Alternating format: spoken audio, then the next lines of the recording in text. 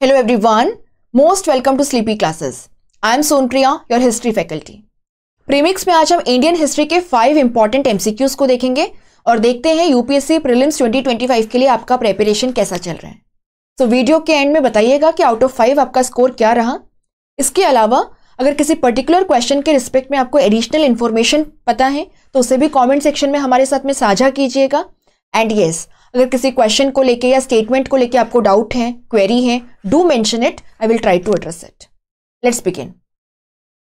And हाँ, अगर आपको वीडियो पसंद आता है do not forget to hit the like button, share the video with your friends. Let's begin. So the first question is in front of you and आप देखेंगे इस particular question के अंदर आपको 2 लिस्ट नजर आ रही हैं। लिस्ट 1 के अंदर कुछ कमिटीज एंड कमीशंस हैं एंड लिस्ट 2 में इन कमिटीज एंड कमीशंस का क्या सिग्निफिकेंस रहा या किस ऑब्जेक्टिव के साथ इनको कॉन्स्टिट्यूट किया गया था उसको मेंशन किया गया है। आपको यहां पे इन्हें करेक्टली मैच करना है और बताना है कि out of the 4 options given over here किस ऑप्शन में लिस्ट 1 के ऑप्शंस को लिस्ट 2 के ऑप्शन से करेक्टली मैच किया गया है। तो लिस्ट 1 में Butler committee, Hartog committee, Lothian committee and Muddiman committee. List 2 में लिखा हुआ है Indian franchise committee, relationship between the Indian state and the paramount power, working of diarchy as laid down by the Montagu-Chelmsford reforms, the growth of education in British India and the potentialities of its further progress। फटाफट से answer कर दीजिए और फिर हम इसे discuss करते हैं। तो आप यहां पे देखेंगे कि बटलर कमेटी की अगर हम बात करें तो इसे इंडियन स्टेट्स कमेटी भी कहा जाता है, इंडियन स्टेट्स कमेटी। एंड इसे क्यों कॉन्स्टिट्यूट किया गया था? Basically to explore the relationship between the Indian state and the British government or the British crown। आप देखेंगे बटलर कमिटी की ये रिकमेंडेशन रही कि the paramountcy of the crown is in the interest of the Indian princely states। इसी के साथ में यहाँ पे ये भी कहा गया कि प्रिंसली स्टेट्स का जो कंट्रोल है वो फ्यूचर में किसी इंडियन गवर्नमेंट को जो इंडियन जनता के प्रति रिस्पॉन्सिबल है नहीं सौंपा जाए जब तक कि इंडियन स्टेट्स उससे अग्री नहीं करते हैं। तो आप यहां पे देखेंगे ए का करेक्ट ऑप्शन है 2। अगर हम अपने ऑप्शंस में देखें तो आप यहां पे देखेंगे option A and option C के अंदर आपको ए का 2 मैच मिलेगा। अगर हम हार्डॉक कमेटी की बात करें तो आप देखेंगे हार्डॉक कमेटी जो बेसिकली 1929 के अंदर कॉन्स्टिट्यूट की गई थी, ये आपके एजुकेशन से रिलेटेड है और इसका काम था ये बताना कि इंडियन एजुकेशनल सिस्टम को किस तरीके से रिफॉर्म किया जा सकता है, उसमें किस तरीके से प्रोग्रेस अचीव किया जा सकता है। हार्डॉक कमेटी का यह कहना था कि इंडिया में under the British the education specially the higher education is expanding rapidly but at the same time quality is not being focused upon. तो उन्होंने कहा कि क्वांटिटी से ज्यादा क्वालिटी पे फोकस करने की जरूरत है। तो आप देखेंगे बी का करेक्ट मैच है 4। और अगर हम ऑप्शन ए और सी में देखें तो आप देखेंगे यहां पे ऑप्शन ए में हमें मिल रहा है बी का 4 which means our answer is A.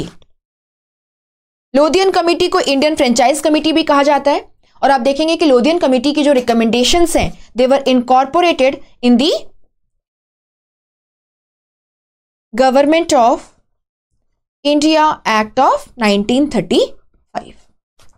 मुद्दीमन committee की अगर हम बात करें तो इसे कॉन्स्टिट्यूट किया गया था after the introduction of dyarchy in the provinces via the government of India act of 1919, जिसको हम मॉन्टेग्यू चेम्सफोर्ड रिफॉर्म्स के नाम से भी जानते हैं।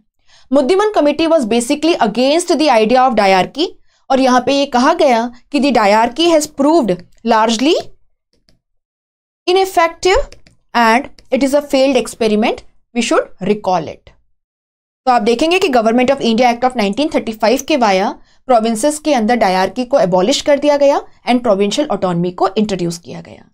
तो यहां पे आपका ऑप्शन ए जो है वो करेक्ट आंसर है एंड इसी के साथ हम आगे बढ़ेंगे। आप वीडियो को पॉज करके एक्सप्लेनेशन पढ़ सकते हैं, आपको इसका पीडीएफ भी मिल जाएगा स्लीपी क्लासेस के टेलीग्राम चैनल पे, तो आप वहां से डाउनलोड करके भी पढ़ सकते हैं। क्वेश्चन 2 को देखते हैं। During the colonial rule in Bengal a new regime of land rights and revenue system emerged in the 18th century. In the context, consider the following statement. तो यहाँ पे बात हो रही है बंगाल की और कहा जा रहा है कि बंगाल के अंदर जो न्यू टाइप का लैंड रेवेन्यू सिस्टम इंट्रोड्यूस किया गया था which led to a regime of land rights in a newer form, उसके क्या क्या हमें इंप्लीकेशंस देखने को मिलते हैं। फर्स्ट स्टेटमेंट है the zamindars faced a crisis at the end of the 18th century as the permanent settlement system limited the powers of the zamindars. Zamindars, with the assistance of the jotedars, a class of affluent peasants, exerted control over the peasants. आपको बताना है इसमें से कौन सा statement या कौन से स्टेटमेंट्स करेक्ट हैं. Only one, two only, both one and two, neither one, not to.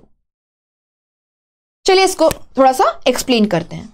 So I think अभी तक आप परमानेंट सेटलमेंट सिस्टम जो है वो अच्छे से पढ़ चुके होंगे. अगर आपने परमानेंट सेटलमेंट सिस्टम नहीं पढ़ा है तो आप स्लीपी क्लासेस के वीडियोस में जाके सर्च कीजिएगा. हमने आपको ब्रिटिशर्स के टाइम पर जो 3 टाइप्स के डिफरेंट लैंड रेवेन्यू सिस्टम्स को इंट्रोड्यूस किया गया था, permanent settlement system, Ryotwari system, Mahalwari system, वो बहुत अच्छे से एक्सप्लेन किया है और कंपैरिजन भी करके बताया है.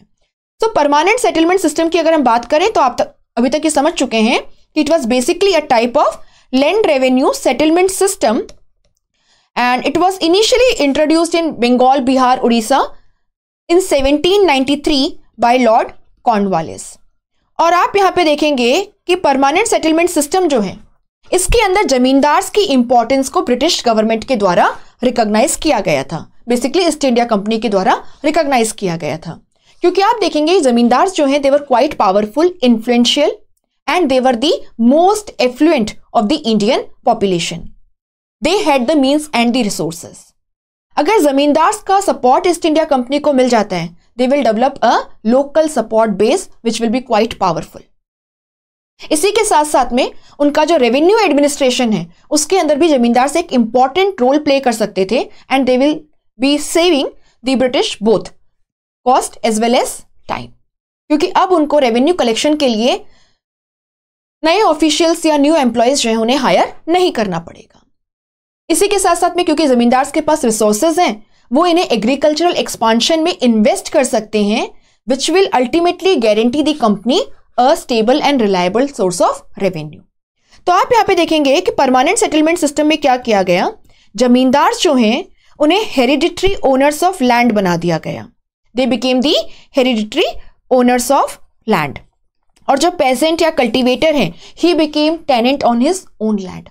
बट यहां पे आपको ध्यान रखना है कि जमींदार जो है he was basically landlord, है ना, और hereditary owner of land vis-a-vis only the cultivator.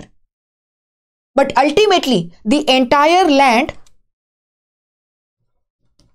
was under EIC's control. और यहां पे कहा गया कि जमींदार जो है उसको यहां पे fixed amount of revenue company के साथ में जमा करवाना है ड्यू डेट पे.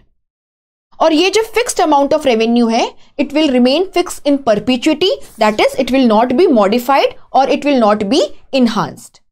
इससे क्या होगा, आप यहां पे देखेंगे कंपनी को लग रहा था कि जमींदार विल बी इंसेंटिवाइज्ड कि अगर वो ज्यादा रेवेन्यू कलेक्ट करता है तो भी उसे स्टेट को केवल एक फिक्स्ड अमाउंट देना है, रेस्ट ऑफ द शेयर जो उसने एक्स्ट्रा कलेक्ट किया है it will belong to him only. तभी तो जाकर के वो अपने रिसोर्सेज को इन्वेस्ट करेगा. तो इसी के साथ साथ में यहां पे कहा गया कि जो भी ये फिक्स्ड अमाउंट आप कलेक्ट करोगे इसमें से 1/11 शेयर जो है वो आपका होगा, यानी कि जमींदार का होगा, और जो 10/11 शेयर है ये जो है ये ईस्ट इंडिया कंपनी के पास जाएगा. बाकी इसके ऊपर अगर जमींदार कुछ भी कलेक्ट करता है इट विल बिलोंग टू जमींदार ओनली. बट एक कंडीशन थी कि जमींदार will remain the hereditary ownership of the land on the condition की ड्यू डेट पे जो फिक्स्ड अमाउंट ऑफ रेवेन्यू है वो ईस्ट इंडिया कंपनी के पास डिपॉजिट करे. अगर जमींदार ऐसा नहीं करता है तो under the sunset clause he will lose his zamindari right and that zamindari will be auctioned off. तो ड्यू डेट के सनसेट से पहले या तो आप due amount of land revenue जो है उसे डिपॉजिट कर दें, चाहे फिर कोई भी कंडीशन रहे, ड्राउट हो, फैमिन हो, क्रॉप फेलियर हो, आपको फिक्स कर, है ना, आपको फिक्स्ड अमाउंट डिपॉजिट करना है. बट अगर आप नहीं करते हैं your land will be auctioned off. तो इससे क्या हुआ, आप देखेंगे कि परमानेंट सेटलमेंट सिस्टम के अंदर ये जो डिमांड फिक्स की गई थी it was fixed in an arbitrary manner and बहुत ज्यादा डिमांड फिक्स की गई थी क्योंकि कंपनी को लग रहा था कि it is not subjected to renewable और इसको मॉडिफाई नहीं किया जा सकता है. तो पहले ही बहुत हाई फिक्स कर दिया गया. अक्सर ऐसा होता था कि जमींदार जो है वो जितना भी फिक्स्ड अमाउंट ऑफ रेवेन्यू है वो कलेक्ट ही नहीं कर पाता था और इसीलिए उसकी जो जमींदारी है उसे ऑक्शन ऑफ कर दिया जाता था. तो आप यहाँ पे देखेंगे yes the zamindars were very much facing a crisis at the end of the 18th century, it was because of the permanent settlement system. तो आपका स्टेटमेंट 1 जो है ये यहां पर बिल्कुल करेक्ट है। आप देखेंगे जमींदार्स की जो मुसीबत है वो जोतेदार्स ने और बढ़ा दी थी। अब ये जोतेदार्स कौन थे? आप देखेंगे zamindars they were big landlords and they used to reside in the towns and the cities, absentee landlords basically. Jotedars जो हैं ये गांव के अंदर रहते थे, they used to reside within the village and yes even jotedars जो हैं they were controlling considerable amount of land. ये क्या करते थे? अक्सर अपना जो ड्यू अमाउंट ऑफ रेवेन्यू है उसे पे करने में देरी करते थे, या क्या करते थे, क्योंकि आप देखोगे कि जो जोतेदार्स हैं they were also basically involve in money lending at the village level, local trade इनके कंट्रोल में था। तो जो भी छोटे मोटे किसान हैं उनके ऊपर जोतेदार्स का इन्फ्लुएंस ज्यादा था रेदर देन दी जमींदार्स। क्यों? जोतेदार गांव में रहता है, ऊपर से वो मनी लैंडिंग का काम भी करता है, लोकल ट्रेड को भी संभालता है। तो छोटे किसान जो हैं they were dependent on jotedars और वो जोतेदार्स की ही सुनते थे। तो जोतेदार्स अक्सर क्या करते थे कि उनके नीचे के जो किसान हैं उनको अपने साथ में करके जमींदार की मुसीबत बढ़ा देते थे। They use to not deposit the due revenue with the zamindar, और इससे जमींदार आगे टैक्स पे नहीं कर पाता था and he use to lose his zamindari. और फिर जोतेदार जो हैं ऑक्शन के अंदर ये जमींदारी राइट्स गेन कर लेते थे। तो basically permanent settlement system gave rise to a new class of zamindars which owed its existence and origin to the East India Company and obviously were loyal to East India Company. तो यहां पे जोतेदार्स और जमींदार्स के जो interest हैं they were conflicting. In fact, the jotedars were creating problems for the zamindars and it was the jotedar who were exerting control over the peasants and influence over the peasants. तो आपका statement second जो है वो incorrect है। जमींदार और जोतेदार मिले हुए नहीं थे, जोतेदार जमींदार के लिए प्रॉब्लम क्रिएट कर रहे थे। हमसे यहां पे पूछा है कि कौन से स्टेटमेंट्स करेक्ट हैं, तो केवल पहला करेक्ट है, आपका आंसर यहां पे हुआ A. So again your answer is A. बाकी आप वीडियो को पॉज करके एक्सप्लेनेशन पढ़ सकते हैं और जैसे मैंने कहा स्लीपी क्लासेस के टेलीग्राम चैनल पे भी आपको इसका पीडीएफ मिल जाएगा। आगे बढ़ेंगे, 3 और क्वेश्चंस हैं, बट उससे पहले आपके लिए एक छोटा सा इंफॉर्मेशन है। तो आप यहाँ पे देखेंगे कि हमारे प्रीलिम्स क्रैश कोर्स का 3rd बैच, जो कि हमारा लास्ट क्रैश कोर्स बैच होगा फॉर यूपीएससी प्रीलिम्स 2025, ये जनवरी के 1st वीक में शुरू हो रहा है। So hurry up, join it. And आप यहाँ पे देखेंगे कि बहुत ही रीजनेबल कॉस्ट पे मेयरली 6,799 रुपीज में आपको बहुत सारे फीचर्स मिल रहे हैं, जैसे कि आपके डिफरेंट जीएस के सब्जेक्ट्स का जो कंटेंट है उसका लाइव कवरेज करवाया जाएगा सब्जेक्ट मैटर एक्सपर्ट्स के द्वारा, फैकल्टीज के द्वारा। अपार्ट फ्रॉम दैट आप यहाँ पे देखेंगे economic survey, budget, CSAT, maps के लिए आपके स्पेशल सेशंस होंगे। आपको करंट अफेयर्स का कॉम्प्रिहेंसिव कवरेज करवाया जाएगा। 7 फुल लेंथ टेस्ट मिलेंगे प्रैक्टिस के लिए and yes faculty as well as selected candidates जो हैं उनके द्वारा मेंटोरशिप सेशन। तो do join it and link आपको डिस्क्रिप्शन में मिल जाएगी। बाकी अगर कोई फर्दर क्वेरी है तो आप डिस्काउंट के लिए कॉल कर सकते हैं हमारी टीम को 1800-890-3043 पे सुबह 9 से शाम को 5 बजे के बीच में, morning 9 AM to 5 PM in the evening. And sleepy.classes@gmail.com पर लिख करके भी आप अपनी क्वेरी जो है वो पूछ सकते हैं, वी विल एड्रेस दैट। आगे बढ़ते हैं। नेक्स्ट क्वेश्चन जो है ये विडो रिफॉर्म्स जो हैं, widow empowerment, widow remarriage, reforms जो हैं उसके रिस्पेक्ट में है। So with reference to the modern Indian history consider the following statements. Vishnu Shastri Pandit founded the widow remarriage association in the 1850s. Karshandas Mulji started Satya Prakash to advocate for widow remarriage. Dhondo Keshav Karve founded the Hindu Widows Home Association.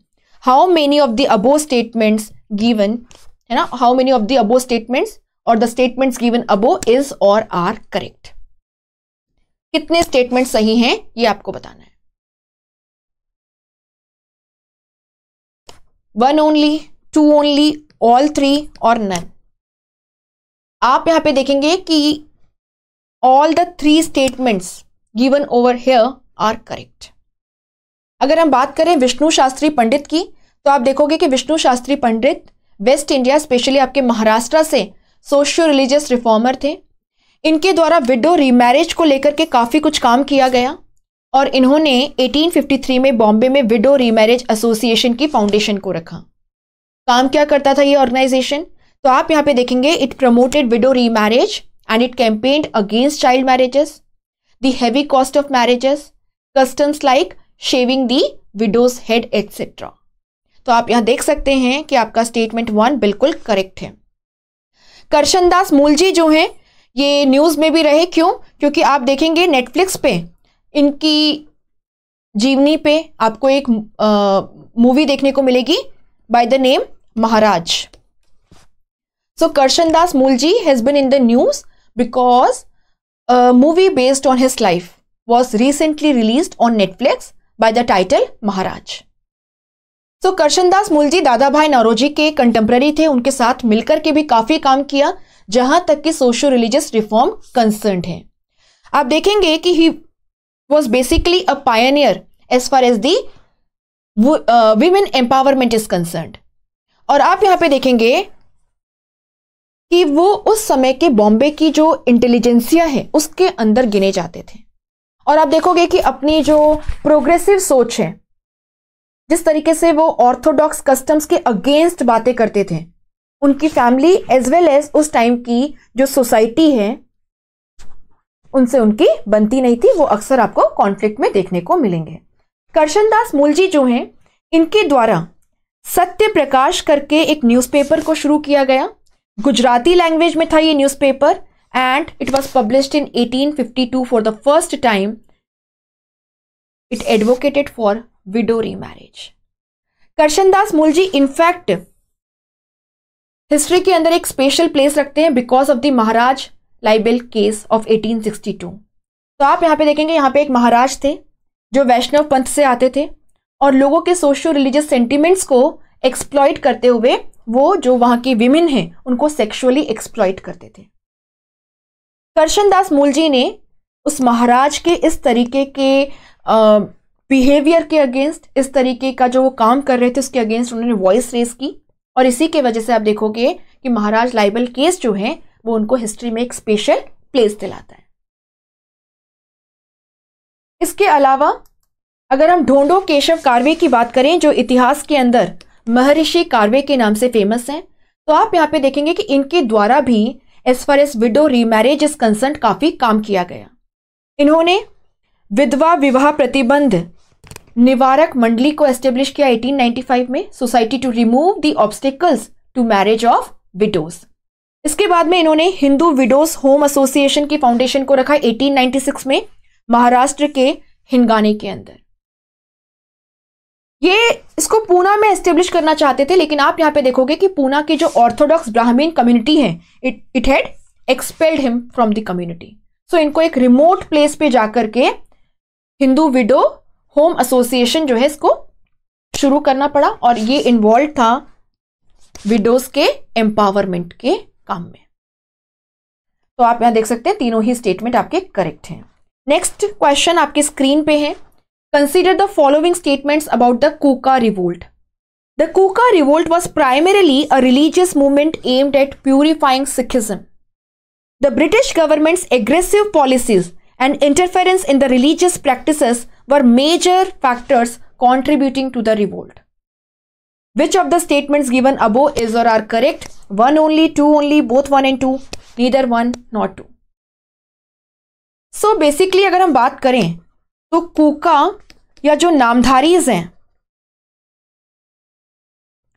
They are a subsect of Sikhism, subsect of the Sikh community.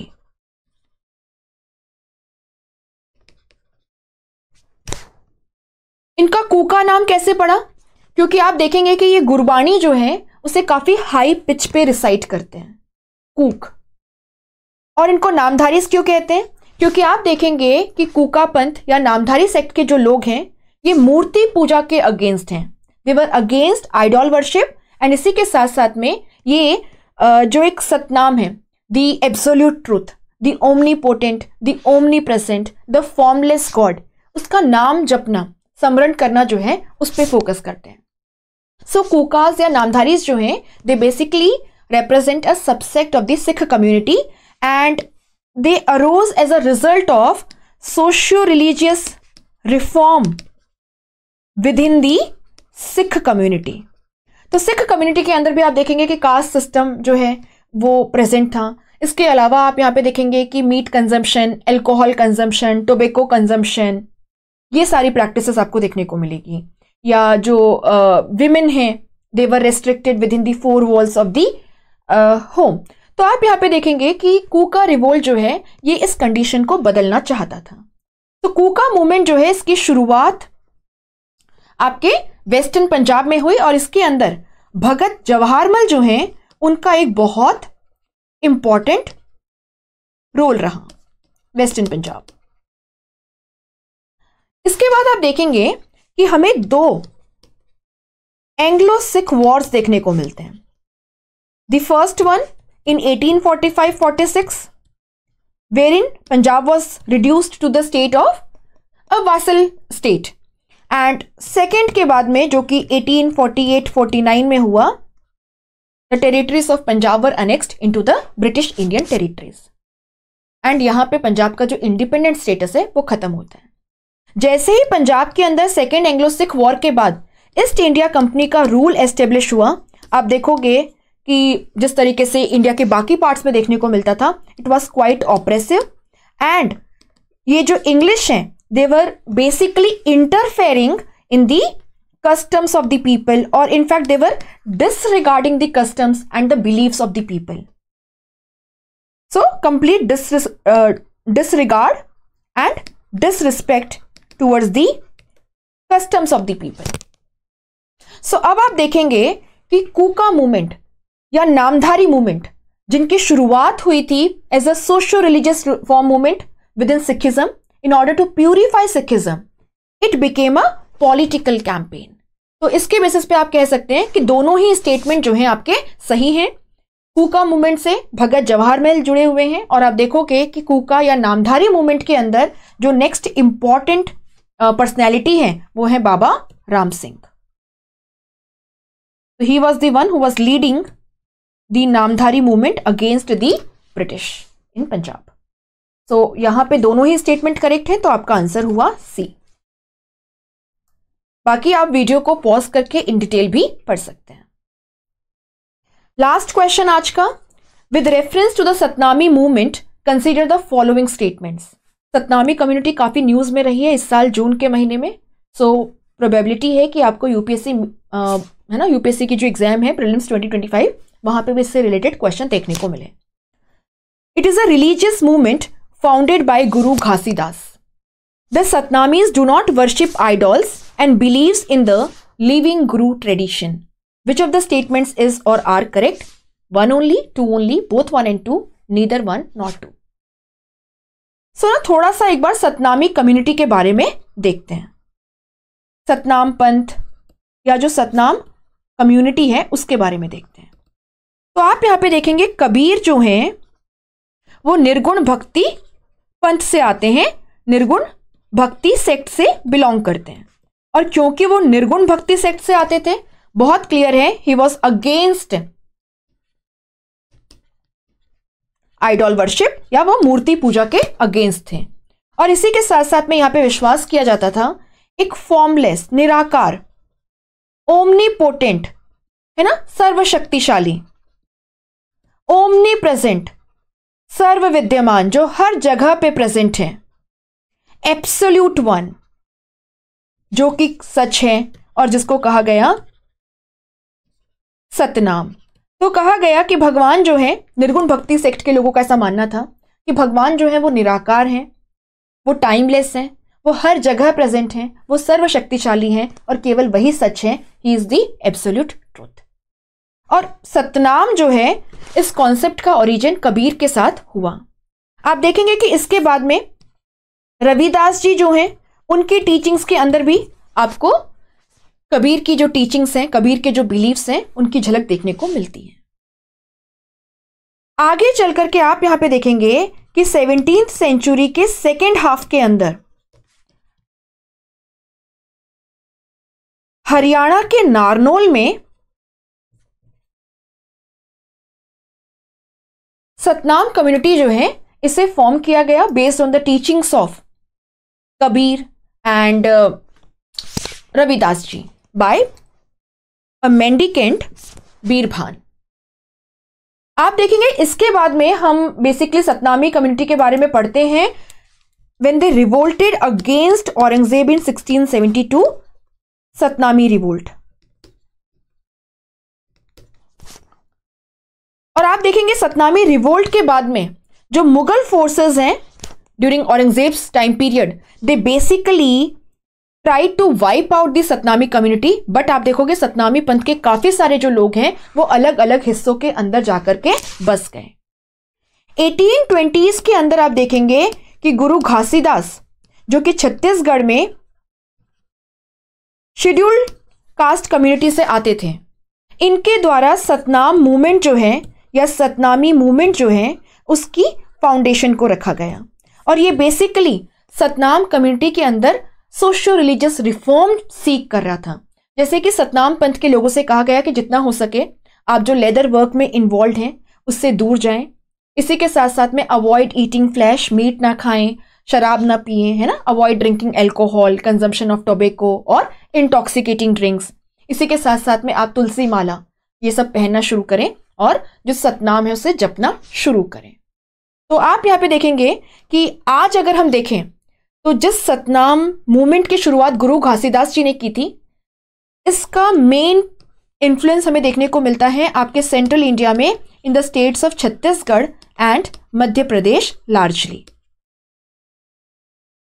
और आप देखेंगे कि ये जो आपके गुरु घासीदास जी हैं, जिनको बाबा गुरु घासीदास के नाम से भी जाना जाता है, जिन्होंने सतनाम मूवमेंट की फाउंडेशन को रखा इन छत्तीसगढ़ इन दी 1820s और the early decades of 19th century, ये जो है ये कबीर और इसी के साथ साथ में रविदास जो है उनकी टीचिंग से इन्फ्लुएंस थे। और इसीलिए आप देखेंगे कि सतनाम पंथ के जो लोग हैं they do not worship idols. इसके जगह पे ये क्या करते हैं, आप देखोगे कि इनके यहां पे जेत खंभ एंड जो तख्त हैं उसकी पूजा की जाती है। ये जेत खंभ क्या होता है, तो आप देखोगे कि छत्तीसगढ़ भाषा का शब्द है ना, और जेत जो है उसका मतलब होता है जीत या विक्ट्री, एंड खंभ का मतलब क्या होता है, पोल। तो विक्ट्री पोल या विक्ट्री स्टाफ, और तख्त क्या है, बेसिकली दी थ्रोन। ये जेत खंभ जो है ये गुरु घासीदास जी को रिप्रेजेंट करता है। और आप यहां पे देखेंगे कि ये सतनामी कम्युनिटी के आस्था से जुड़ा हुआ है, उनके बिलीफ से जुड़ा हुआ है। ये बेसिकली गुरु घासीदास जी को रिप्रेजेंट करता है, क्योंकि सबसे पहले जेत खंभ जो है उसे गुरु घासीदास जी के द्वारा ही लगाया गया था। ये जेत खंभ न केवल सतनामी कम्युनिटी की आस्था को रिफ्लेक्ट करता है, बल्कि इसी के साथ साथ में it stands for truth, unity and non violence, a sense of brotherhood. अभी रिसेंटली क्या हुआ था कि छत्तीसगढ़ के अंदर एक जगह पे जो बहुत ही सेक्रेड मानी जाती है, गुरु घासीदास जी का जो बर्थ प्लेस है उसे बहुत ही कम डिस्टेंस पे 5 किलोमीटर की दूरी पे है। यहां पर एक जो मेन जेत खंभ है इट वॉज बेसिकली डेसेक्रेटेड, उसको तोड़फोड़ उसकी है ना उसका तोड़फोड़ दिया गया था। तो सतनामी कम्युनिटी के जो लोग हैं वो एडमिनिस्ट्रेशन के अगेंस्ट प्रोटेस्ट कर रहे थे कि आप टाइमली एक्शन क्यों नहीं ले रहे। तो आप देखेंगे कि दोनों ही आपके जो स्टेटमेंट्स हैं वो बिल्कुल सही हैं। एंड यस, गुरु घासीदास जी के बाद में उनके जो बेटे हैं गुरु बालक दास, वो उनके सक्सेसर बने। एंड आपको सतनामी कम्युनिटी के अंदर गुरुज जो हैं वो देखने को मिलेंगे, they believe in living guru tradition. और आपको विलेज लेवल पे प्रीस्ट जो हैं वो भी देखने को मिलेंगे। तो यहां पे आप देख सकते हैं, again C is your answer. तो बताइएगा वीडियो के एंड में, खत्म हो गई है वीडियो, कि आपका स्कोर कितना रहा आउट ऑफ 5। वीडियो आपको कैसा लगा, एंड आप अगर किसी पर्टिकुलर टॉपिक पे क्वेश्चंस प्रैक्टिस करना चाहते हैं आप वो भी सजेस्ट कर सकते हैं। You are more than welcome. बाकी जैसे मैंने आपको बता दिया, यूपीएससी प्रीलिम्स क्रैश कोर्स का 3rd and the last batch for UPSC prelims 2025 जनवरी की 1st वीक में स्टार्ट होने वाला है। आप इसे जितना जल्दी ज्वाइन करें उतना अच्छा है, क्योंकि आप देखेंगे यहाँ पे लिमिटेड सीट्स हैं और यहाँ पे live coverage of content, current affairs का comprehensive coverage, special sessions on economic survey, budget, CSAT, maps, mentorship by selected candidates and faculty and 7 full length test, ये सब आपको मिल रहा है एक बहुत ही नॉमिनल कॉस्ट पे 6,799 rupees if you use the code PRE2025 because it will be giving you instant 15% discount. बाकी toll free number यहाँ मेंशन्ड है एंड sleepy.classes@gmail.com पे लिखकर भी आप हमारी टीम से कॉन्टैक्ट कर सकते हैं। Thank you so much, that's all for today.